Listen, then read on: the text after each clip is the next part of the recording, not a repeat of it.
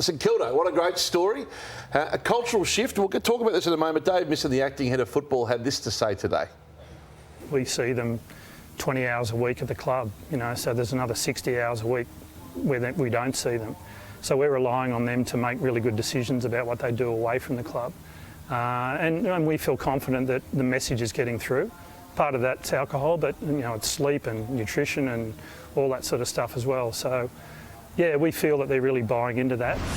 So I can't stress enough, the effect Ross has had on me personally has been terrific. The belief he's instilled in me and particularly the trust in my teammates as well, which Ross has contributed to as well. So, yeah, I've kind of found my love for it again and that's been terrific so far. That was Xander Maguire speaking to David Misson there, and I think the impact of David Misson and Ross Lyon have made on this playing group. I think culturally there was a drinking culture at St Kilda. From you go out and you decide you don't want to drink, you'd be heckled for that, even though you're a professional footballer. So changing that mindset at St Kilda to go, you know what, you can go out and not drink because you want to be the best AFL footballer you can be. I think that has changed to a point where more players don't drink than drink, which has never been the case. Do you think he inherited a drinking culture? Yeah, I think so. That they enjoyed a good time. They didn't know what elite standards were. And if you tried to go away from that and be the ultimate professional, you got heckled and put down for it. So I think Ross has changed that aspect. And yet against that, he's trusted them. There's a touch of the Chris Scott. He gives them Mondays off now. So from Saturday night, they won't turn up at Moorabbin until tomorrow.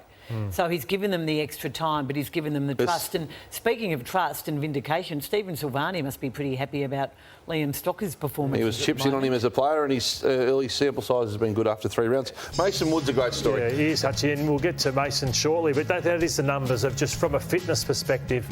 I think it's exciting for St Kilda because they've been seen as such a dour team, Kane, haven't they? Like, you think of that midfield, how slow, one pace.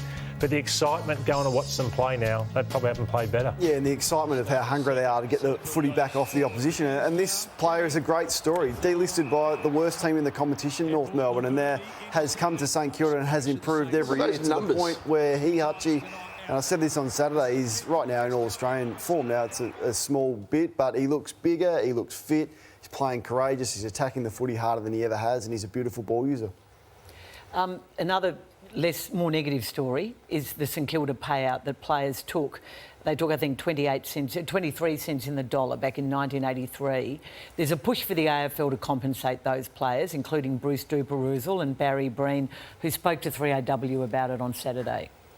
We are the only players in the history of the game never to have been paid, and South Melbourne, Fitzroy, Brisbane, all got paid. We didn't. And it really hasn't been recognised in any shape or form from anybody since that 1983 decision. So there's some work going on behind the scenes with Ian Robson, who actually played footy for St Kilda in the under-19s, a great mate of Barry Breen's. It is, and it was a headline in the Age last week, the elephant in the room.